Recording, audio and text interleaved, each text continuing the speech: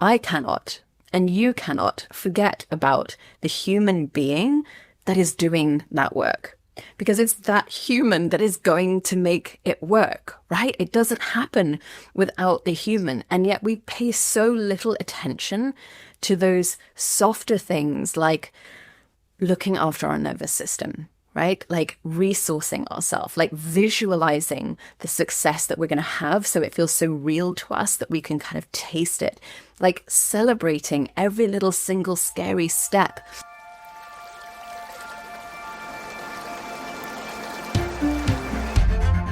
Welcome to the Regenerative Work-Life Podcast. If you are ready to make the leap out of your corporate job and into purposeful regenerative work, this is the show for you.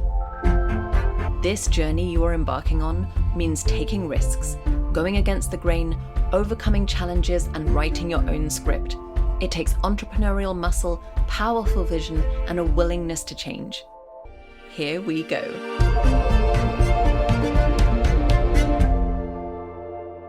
This week, I'm going to share with you 3 really important ways to look after the human that is building your regenerative business. That's you, by the way. Looking after the human that is taking this big leap and embarking on this new regenerative career. Last week, I spoke about setting concrete, highly motivating financial goals. And that is something that's really actionable, really focused, that brings a real clarity and discipline and direction to your regenerative business exploration, to your new career. This is the softer side of that, but it's just as important. This is the part about how you resource yourself and really set yourself up for success in achieving those kinds of goals. If you didn't have a chance to catch the episode, make sure that you go back to that one when you're finished, because they're going to work really beautifully in parallel. Before we get into that, I need to tell you that this morning I went to the dentist and I had what my dentist kindly kept referring to as a tiny filling. Now, I have only once in my life had a filling before. It was a good long time ago now, maybe 6-7 years ago. And I do not look forward to going to the dentist. You might relate with this. I'm not phobic, it wasn't kind of keeping me up at night, but I was definitely in a bad mood this morning about it. I could feel myself getting kind of tense and nervous about it. And so I was really aware that I needed to do some work to look after my nervous system if I didn't want that to kind of spiral and end in potentially a really awkward or difficult situation at the dentist. And so there were various things that I did that come to me really naturally in that kind of uncomfortable personal situation. They're probably exactly the same kind of thing that I would do going for a smear test or getting on a plane. And I definitely used these when I was in labor with my kids. And like I say, they were quite sort of instinctive tools that came up for me, but it's been interesting to me to kind of take a step back and look at like, what is my process when I'm in those kind of situations, and actually how might that apply to when I'm doing something that's difficult or challenging or uncomfortable in my business. So that is why I'm sharing this dentist story with you. Let's take a look at how I went about approaching this experience this morning. So first of all, when I got near the dentist, I just took a few minutes to sit in my car and do some really deep, slow breathing, which is just always my default for just calming myself down. It shifts me into a little bit of a different emotional, energetic place. It kind of feels like I'm going into a slightly different dimension. I feel kind of a little sleepy. It's essentially a form of self-hypnosis, and there's quite a strong influence of hypnosis in the coaching work that I do. So I have a lot of those tools that I can pull on, but I was just really simply doing some really, really slow, deliberate, intentional breathing and just letting that feeling of kind of everything slowing down, feeling quite calm, just letting that spread through me before I got out of the car and headed on into the dentist. And that immediately helped me. I kind of went in with a good attitude. I was chatting away with the receptionist, made some jokes about how delighted I was to be there, and, smiling with the dentist. And, I kept things kind of in really good spirits as I climbed into the chair. And then I tend to use like breathing all the time to stay regulated in those kind of situations. So I was, doing my deliberate conscious breathing as they began the procedure. But I realized quite quickly that like definitely wasn't going to be enough for me. And actually, I needed to do something that had more kind of really positive influence. And without really thinking about it at all, as soon as they started the drilling, which in my opinion is just like the worst part, as soon as they started drilling, I heard this voice, my own voice in my head, like a really kind of aggressive, over the top, like full on cheerleader in my head. Like it sounded something like, Alyssa, you are a fucking goddess. You are a warrior. Look at you. Look at what you're doing. Look at you in that chair. I am so fucking proud of you. I can't believe what you and your body have been through together, the things that you've done, the things that you've seen. And look at you now. You're handling this beautifully. Oh my God, I'm so fucking proud of you. And on and on. I told you it was over the top. But you know what? That is the kind of level of intensity that I needed. I needed something that was like not making any space for any kind of unhelpful thoughts to pop up in my head, any kind of anxiety spiral to start getting out of hand, for me to start convincing myself that I was going to, hyperventilate or maybe even pass out. And that has happened to me. It happened to me once when I was giving blood. It was a whole big drama, not something that needs to be repeated. But as soon as those kind of thoughts come in, it's difficult not to get caught up in them. But this voice was like, this cheerleader voice was not making any space for that. She was like 100% in my corner, like really, really going for it. And then I kind of lay it in, like, so it wasn't just me cheerleading on. I had like my husband there, my mum there. I was thinking about my kids and they were all just like, you're doing it, Alyssa. You can do this. You're amazing. Like I was running like the last few miles of a marathon. Like, yes, you go one step in front of the other. You're so close. You're really getting there now. Come on, keep going, Alyssa. Keep going. It felt amazing. It felt so good. And like I said, I hadn't planned this. It just happened. It was just, I knew what I needed to do in that situation. And I knew I needed like full on cheering on, adoration, like unfettered, unbridled, like you are amazing. You can do this cheerleading. Oh my gosh, it made so much difference. It kept me so kind of focused and just got me through that situation. And then there was a final piece, which is when I came out, I knew that I needed to mark for myself that I had done something that I really didn't want to do and that felt really uncomfortable for me. So first of all, I asked for a sticker, which I wish you could have seen my dentist face to have a full-grown woman ask for a sticker, but I did it. And it just made me smile. And just, I don't know, I really enjoyed the energy of that and seeing their faces. And I think more grown-ups should ask for stickers personally. And then I just took myself to the cafe in my little town just across the road. Actually, I did quite a long walk first to try and regain some feeling in my face. Then I went to the cafe and, I had my favorite coffee. I chose myself a sweet treat. I know that might seem like a bit of a contradiction, but if I floss, I will be fine. And I just took some time just to sit and reflect and think, hey, you did it, Alyssa. You did something you didn't want to do. Hopefully you won't have to repeat it, but good for you. All right, so what does that experience have to tell us about us approaching and achieving those really important goals that we're setting for ourselves inside our business?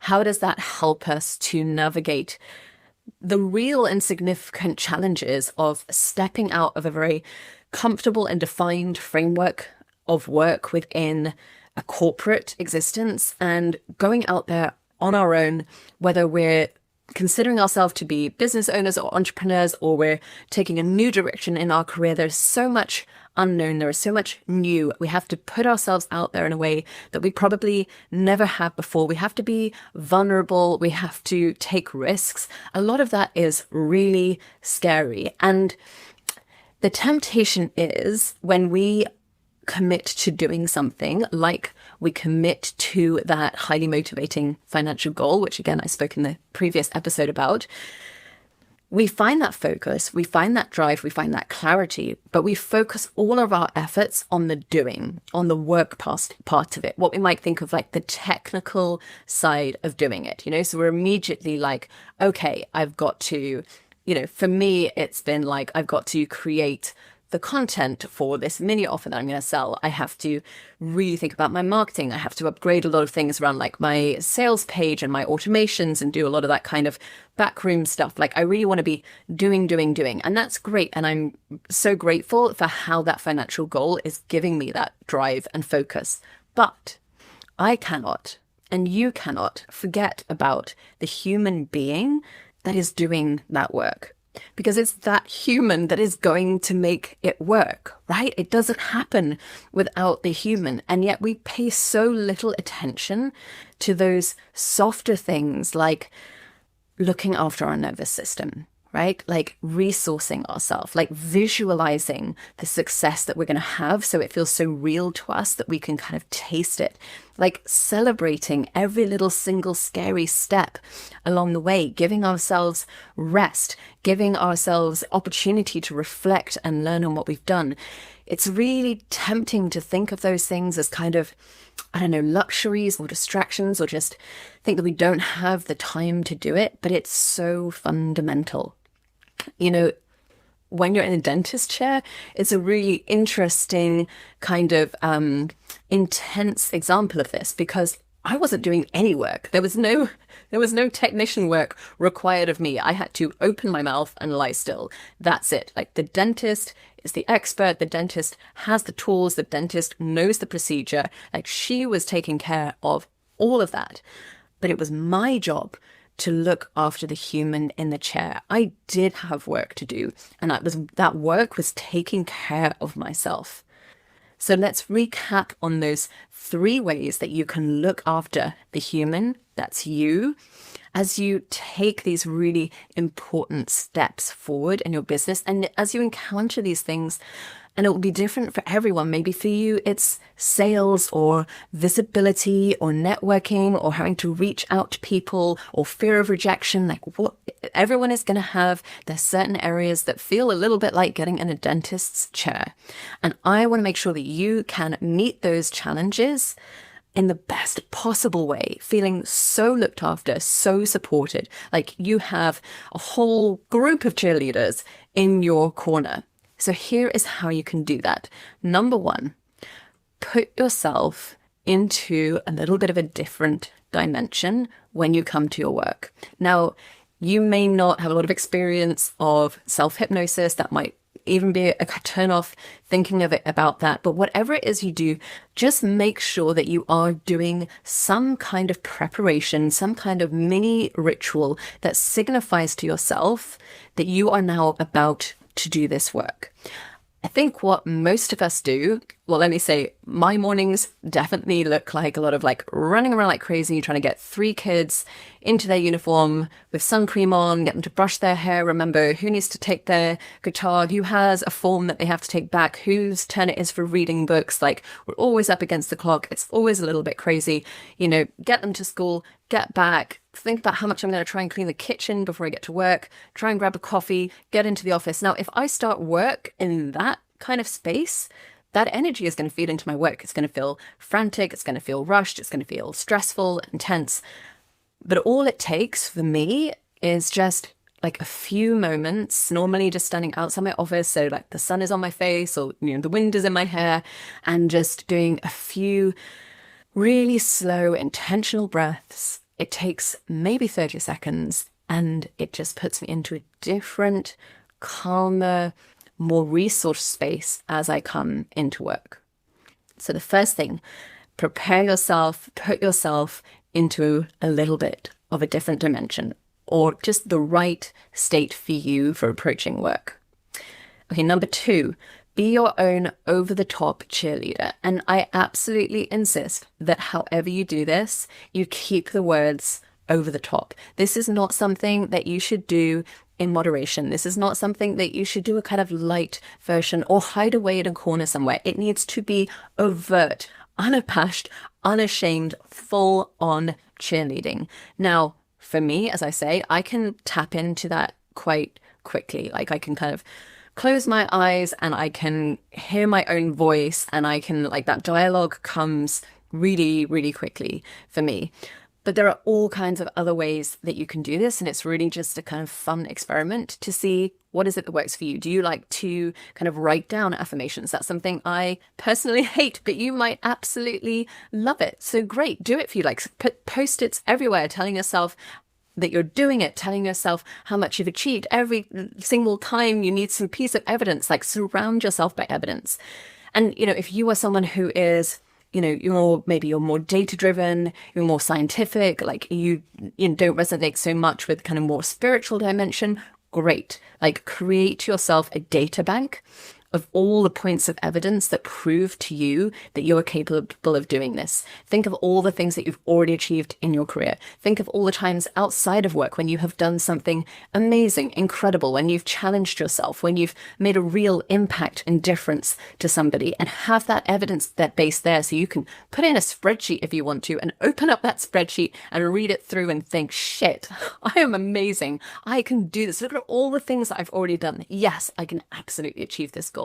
There are so many possibilities for this. The key is keep it over the top, keep it loud, keep it in your face, be your own cheerleader.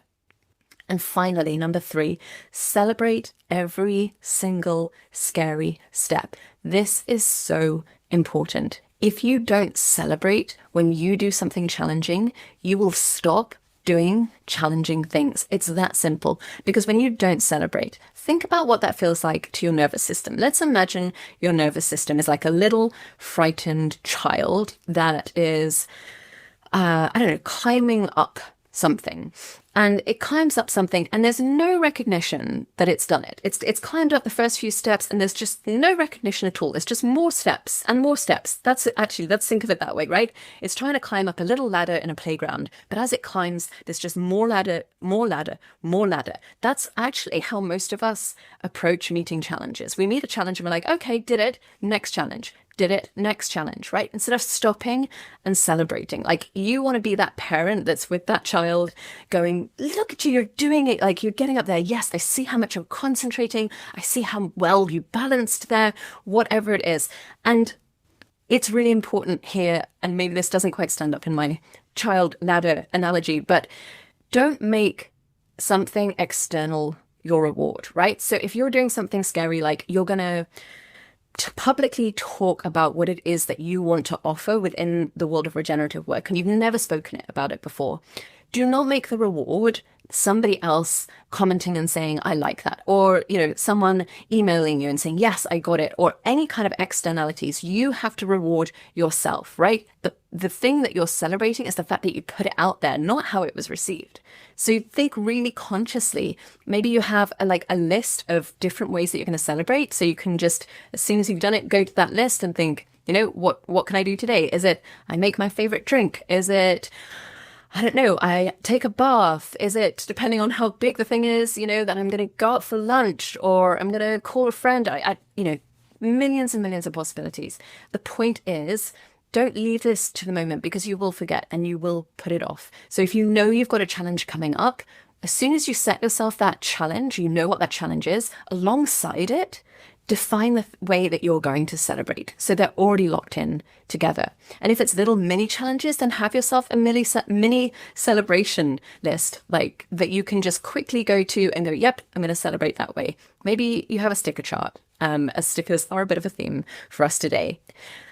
The really important thing that I want you to take away from this is that you must put in the work of looking after the human being who is creating your regenerative business. Yes, you need to do the technical work. You need to be focused. You need to be driven. You need to be disciplined. You need to have eyes on that goal. But you also have to look after yourself, be kind to yourself, support yourself, be your own cheerleader as you do that work. So I've offered you 3 ways to do that today: putting yourself in a different place, being your own over-the-top cheerleader, celebrating every scary step. And there are lots of other ways that you can bring this into. I'd love to hear about how you look after yourself as a human, or any ideas that you have for looking after the human that is creating your business. So if this is resonating for you, send me an email. Let me know, what is it you're trying? What ideas have I not thought of? I would love to do this together. And finally, if these kind of concepts are landing for you, if you feel empowered by the idea of having a powerful goal and also looking after yourself, giving yourself what you need, setting your boundaries so that you can move towards that goal with a feeling of safety, of being looked after, of authenticity and alignment, then watch out for the new framework that I'm developing, the Purposeful Income Path. It's something I created for myself that has really shifted the trajectory of my business and given me so much focus and energy.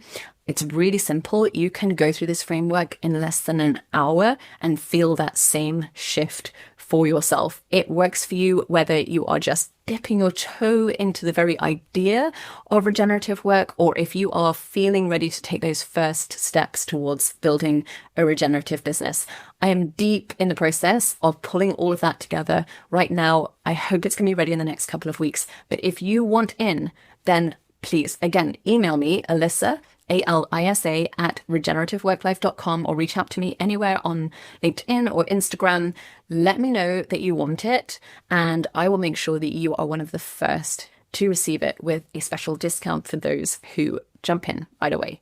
So that's the Purposeful Income Path. It's coming really soon. I'm super excited. It has made such an incredible difference for me, and I really hope and believe that it can do the same for you. Thanks for spending this time with me. Thank you for trusting me, and I hope you enjoy putting these ideas into practice. See you soon. Thank you for listening to the Regenerative Work-Life podcast. It's time to put what you learned today into practice. Remember, you were called to this work for good reason. Nature needs each and every one of us, and you can do this. If today's episode has been helpful, please take the time to share it with someone who needs a little guidance in stepping out of corporate and into regenerative. Learn more about how I can help you find your vision for a work life filled with purpose, impact, and joy at regenerativeworklife.com, and connect with me on LinkedIn. Just search Alisa Murphy. I'll see you back here soon for the next episode. No.